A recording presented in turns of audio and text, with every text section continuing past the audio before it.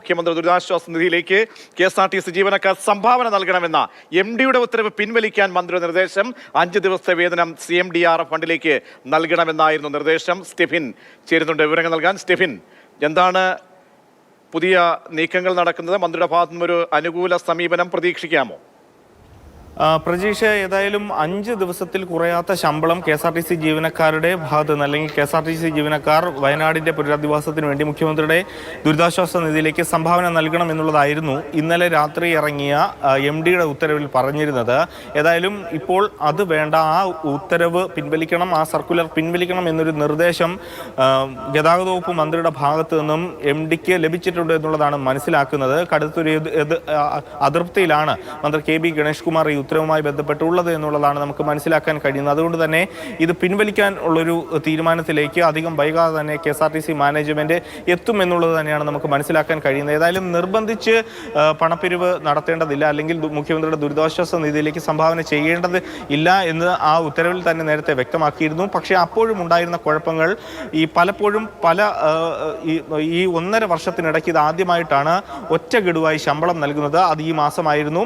August 1 മുതൽ 31 വരെ ജോലി ചെയ്തതിൻ്റെ ശമ്പളമാണ് സെപ്റ്റംബർ മാസം 12-ാം തീയതി, അതായത് ഇന്നലെ ലഭിച്ചത്. അങ്ങനെ പലപ്പോഴും ശമ്പളം കിട്ടുന്നത് തടസ്സപ്പെടുന്നു, അല്ലെങ്കിൽ കുറേ നാൾ നീണ്ടുപോകുന്നു തുടങ്ങിയ പ്രശ്നങ്ങളൊക്കെ KSRTC ജീവനക്കാരെ സംബന്ധിച്ചിടത്തോളം ഉണ്ട്. അതുകൊണ്ട് തന്നെ പലപ്പോഴും വലിയ സാമ്പത്തിക പ്രതിസന്ധിയിലാണ് ഈ ജീവനക്കാർ. കാരണം കിട്ടുന്ന തുച്ഛമായ ശമ്പളം പലപ്പോഴും ബാങ്ക് വായ്പയായോ അല്ലെങ്കിൽ മറ്റ് കാര്യങ്ങളൊക്കെ ആയോ ചെലവഴിക്കാൻ, അല്ലെങ്കിൽ കടം മേടിച്ചൊക്കെ ജീവിക്കേണ്ട ഒരു അവസ്ഥ KSRTCയിലെ ജീവനക്കാരെ സംബന്ധിച്ചിടത്തോളം ഉണ്ട്. അതുകൊണ്ട് തന്നെ വീണ്ടും ഇത്തരത്തിൽ 5 മാസത്തെ ഒരു ശമ്പളം പിടിക്കുക എന്ന് പറയുമ്പോൾ അവർ കൂടുതൽ ബുദ്ധിമുട്ടിലേക്കാകും. പിന്നെ വരാനിരിക്കുന്ന മാസങ്ങളിൽ എങ്ങനെയാണ് ഈ കാര്യങ്ങൾ മുമ്പോട്ട് പോവുക, ഒറ്റ ഗഡുവായി തന്നെ ശമ്പളം നൽകാൻ കഴിയുമോ എന്ന പലതരത്തിലുള്ള ആശയക്കുഴപ്പവും ഗതാഗത വകുപ്പിനെ സംബന്ധിച്ചിടത്തോളവും സർക്കാരിനെ സംബന്ധിച്ചിടത്തോളവും ഒക്കെ ഉണ്ട്. ഇപ്പോൾ തന്നെ നമ്മൾ മനസ്സിലാക്കുന്നതനുസരിച്ച് KSRTC ജീവനക്കാർക്ക് ശമ്പളം നൽകുന്നതിന് വേണ്ടി ഉള്ള തുക മറ്റ് പല ആവശ്യങ്ങളിൽ നിന്നും മാനേജ്മെന്റ് KSRTC മാറ്റിവെച്ചിട്ടാണ് ആ ശമ്പളം ഒറ്റ ഗഡുവായി കൊടുക്കാൻ തന്നെ കഴിഞ്ഞത്.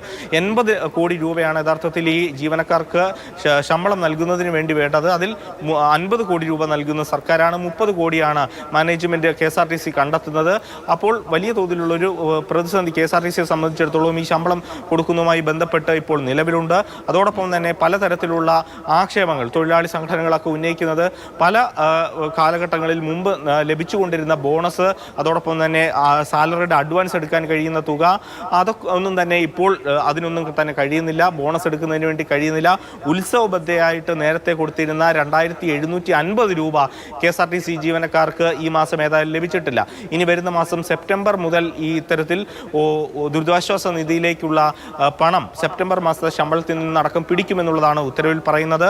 അതുകൊണ്ട് തന്നെ ആ ഒരു ഉത്തരവ് പിൻവലിക്കണം, ആ ഒരു സർക്കുലർ പിൻവലിക്കണം എന്നൊരു ആവശ്യം ഗതാഗത വകുപ്പ് മന്ത്രിയുടെ ഓഫീസിൽ നിന്നും KSRTC സ്റ്റെഫിൻ, അതായത് നമ്മൾ പറഞ്ഞു വെച്ച കാര്യം വെച്ചാൽ ഈ ദുരിതാശ്വാസ നിധിയിലേക്ക് പണമൊക്കെ നൽകണം, അല്ലെങ്കിൽ നൽകേണ്ടത് തന്നെയാണ്. നമുക്കറിയാം അനിവാര്യത, വയനാടിനെ ചേർത്ത് പിടിക്കണം, ഉത്തരവാദിത്തമുണ്ട്. ഇത് അല്ലാതെ തന്നെ വ്യക്തിപരമായിട്ടൊക്കെ തന്നെ അവരുടെ ദുരിതാവസ്ഥയിൽ പോലും അവർ ചെയ്യുന്നുണ്ടെന്നാണ് ആ സംഘടനയുടെ നേതാക്കൾ തന്നെ പറയുന്നത്. അപ്പോൾ ഈ പടുകുഴിയിൽ നിൽക്കുന്നവരോട് ഈ ഒരു നോട്ടീസ് ഇറക്കുക പോലും അത് ഔചിത്യക്കുറവ് വളരെ വലുതാണ്. അപ്പോൾ മന്ത്രി ഒരു കരുണ കാട്ടുന്നു, മന്ത്രിക്ക് എന്തായാലും ബോധ്യം വരുന്നു, മന്ത്രിക്ക് എന്തായാലും ഇതിൻ്റെ ബുദ്ധിമുട്ടുകൾ മനസ്സിലാക്കുന്നു. കാരണം ഉത്സവബത്ത് അവർക്ക് ബോണസ് അടക്കം നൽകേണ്ട ബാധ്യത ഉണ്ടായിട്ട് പോലും അത് നൽകാത്ത ഒരു ഘട്ടം കൂടി മന്ത്രിക്ക് തോന്നുകയാണല്ലേ? തീർച്ചയായിട്ടും ഈ ഘട്ടത്തിൽ അങ്ങനെ തന്നെ വേണം മനസ്സിലാക്കാൻ. കാരണം വലിയ തോതിൽ പ്രതിസന്ധിയിലാണ്. ഏറ്റവും പ്രധാനമായും ഓഗസ്റ്റ് മാസത്തിലെ ശമ്പളം അവർക്ക് ലഭിക്കുന്ന 12 ദിവസങ്ങൾക്ക് ശേഷമാണ്.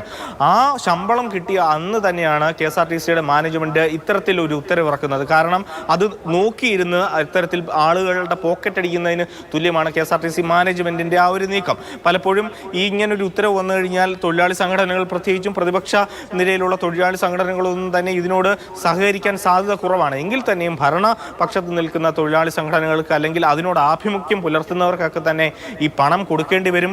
അത് കൊടുക്കുന്ന ഇത്തരത്തിൽ അവർ മിച്ചം പിടിച്ച് പലപ്പോഴും 1.5 മാസം 1.25 മാസമൊക്കെ കഴിഞ്ഞിട്ടാണ് അവർക്ക് പണം കയ്യിലേക്ക് വരുന്നത്, ശമ്പളം കയ്യിലേക്ക് വരുന്നത്, ചെയ്ത ജോലിയുടെ കൂലി കയ്യിലേക്ക് വരുന്നത്.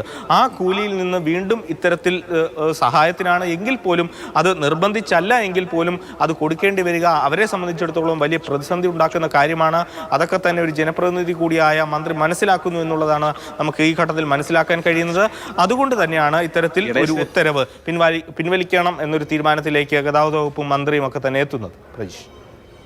ശരി, എന്തായാലും എ കെ സ്റ്റെഫിൻ ആ വാർത്തയുടെ വിശദാംശങ്ങൾ നൽകിയായിരുന്നു. സ്റ്റെഫിൻ തന്നെ ആ വാർത്ത മാതൃഭൂമി ന്യൂസിലൂടെ ശ്രദ്ധയിൽപ്പെടുത്തി. മന്ത്രിക്ക് മാതൃഭൂമി ന്യൂസും ഗണേഷ് കുമാറിന് നന്ദി അറിയിക്കുന്നു. അദ്ദേഹത്തെ ടെലിഫോണിൽ ബന്ധപ്പെടുന്നുണ്ട് പ്രതികരണം തേടാൻ, പക്ഷേ അദ്ദേഹം വേണ്ടി ഫോൺ അറ്റൻഡ് ചെയ്യുന്നില്ല. എന്തായാലും ഈ വാർത്ത ശ്രദ്ധയിൽപ്പെട്ട ഉടൻ തന്നെ ഒരു ഇടപെടൽ നടത്തിയതിന് മന്ത്രിയെ നമ്മൾ അഭിനന്ദിക്കുകയാണ്. കാരണം അത്രമേൽ പടുകുഴിയിൽ കിടക്കുന്ന ഒരു അവസ്ഥ, KSRTC ജീവനക്കാരുടെ അവസ്ഥയാണ് ഞങ്ങൾ മാധ്യമത്തിലൂടെ, ഞങ്ങളുടെ മാതൃഭൂമി ന്യൂസിലൂടെ ഞങ്ങളുടെ പ്രതിനിധി എ കെ സ്റ്റെഫിൻ ശ്രദ്ധ ക്ഷണിച്ചത്. അതിനാണിപ്പോൾ നടപടി വരുന്നത്.